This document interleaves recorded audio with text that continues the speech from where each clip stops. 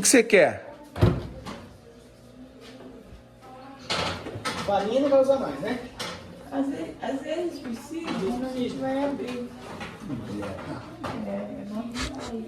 O que ele tá procurando lá? Uma cerveja aqui agora. Ah, tá.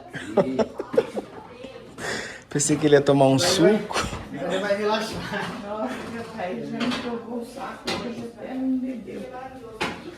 Ontem que esse papel da luz, então, pelo amor de Vovô. Deus. Mas isso é hora?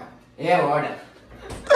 Você sumiu ontem, desapareceu, hein? Ele tá poucas ideias. Ontem? A gente já tinha reunião lá em São Carlos, lá, apresentação.